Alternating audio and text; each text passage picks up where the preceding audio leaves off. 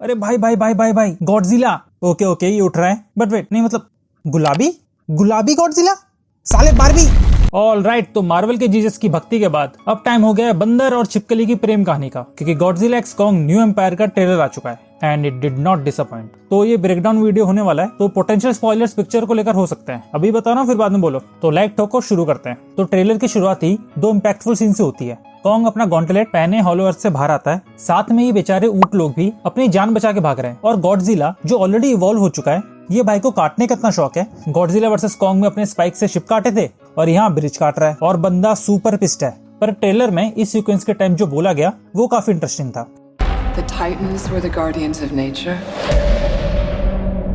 and the great apes became the protectors of humanity.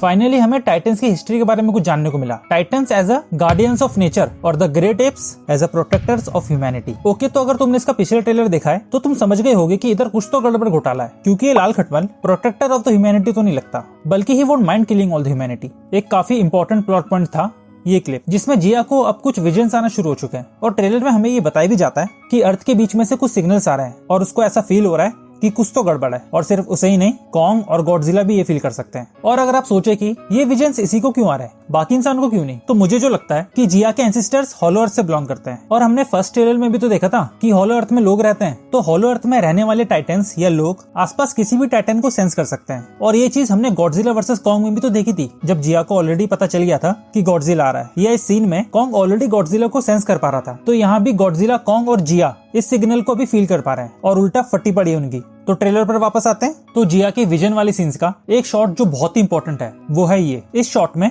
हमें एक Titan उसकी आंखों में दिखता है और ये और कोई नहीं बल्कि तितली जैसी दिखने वाली टाइटन माथरा है। O Mothra, the queen of monsters and the queen of my heart.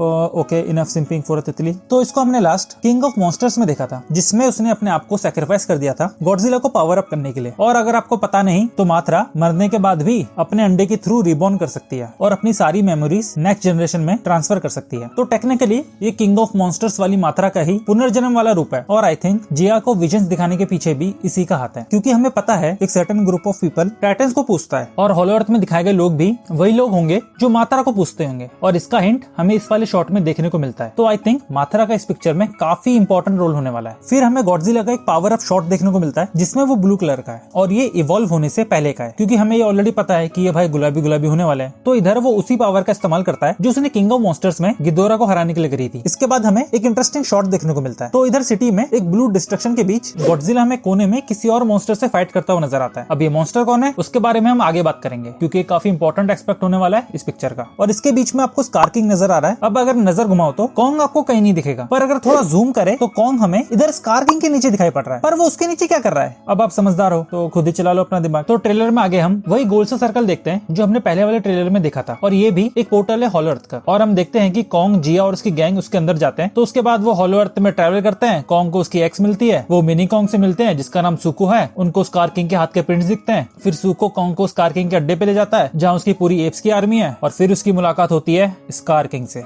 फिर स्कार किंग और कॉन्ग की फाइट हमें देखने को मिलती है और यहाँ हमें स्कार किंग की एबिलिटी के बारे में और पता चलता है। पर स्कार किंग को पर्सनली मैं तो बहुत लल्लू पंजू सा समझ रहा था, बट ओ बॉय, वो कॉन्ग से ज्यादा फ्लेक्सिबल है, उससे ज्यादा एथलेटिक है। और उसका चाबुक जो किसी मॉन्स्टर की स्पाइन से बना हुआ है, ना सिर्फ एक डेडली वेपन है बट खुद को डिफेंड करने के लिए एक टूल भी है। और इतना ही नहीं, उसके एंड में नुकीला सा क्रिस्टल टाइप कुछ है, जिसको कॉन्ग जब पकड़ने की कोशिश करता है तो उसको खुद चोट लग जाती है। और इस वेपन की पावर का अंदाजा आप ट्रेलर के आखिर के सीन से ही लगा सकते हैं, जब स्कार किंग अपने चाबुक से एक पूरी बिल्डिंग को ही काट के कॉन्ग पे फेंक के मारता है। और इस फाइट सीक्वेंस से ये तो समझ आ ही जाता है कि इधर कॉन्ग की सुटाई होगी बढ़िया वाली। उसके बाद हम पिक्चर के सबसे बड़े सरप्राइज और स्कार किंग के सबसे बड़े वेपन को देखते हैं, और ये मीमेबल रिएक्शन बढ़िया से समझ भी करते हैं कि भाई की तो लगने वाली है। हमें दिखता है टाइटन शीमो। तो शीमो के बारे में जितना मैं जान पाया हूँ उसमें मुझे इतना ही पता चला है कि शीमो को हिस्ट्री का पहला टाइटन माना जाता है। ये आइस बीम अटैक करता है, जिसका एग्जांपल हमें सीन में देखने को मिलता है। और ऐसा भी कहा जाता है कि अर्थ पे जो पहली आइस एज आई थी लाखों करोड़ों साल पहले, उसका जिम्मेदार भी यही था। तो आप अंदाजा लगा सकते हो कि कितना पुराना टाइटन है। तो अब अगर इस जानकारी के साथ आप अपने दिमाग के घोड़े चलाओ तो काफी सारी चीजों का सेंस भी बनता है। जैसे गिदोरा को जब हम किंग ऑफ मॉन्स्टर्स में पहली बार देखते हैं तो वो हमें बर्फ में मिलता है। आई मीन किसी ने तो उसको जमाया होगा ना उधर। और गॉडजिला भी तो हमें इस पिक्चर में बर्फ से निकलता हुआ दिखता है। तो हम एक लावा के पीछे से उसकी ब्लू आइस को देखते हैं। और अगर आप नोटिस करो तो स्कार किंग की भी आइस वैसे ही ग्लो करती है जैसे शीमो की कर रही है। तो हो सकता है कि इसी की चमकीली आंखों का कोई रिलेशन हो जिससे शीमो को कंट्रोल कर सकता है। उसके बाद शीमो कॉन्ग पे अपनी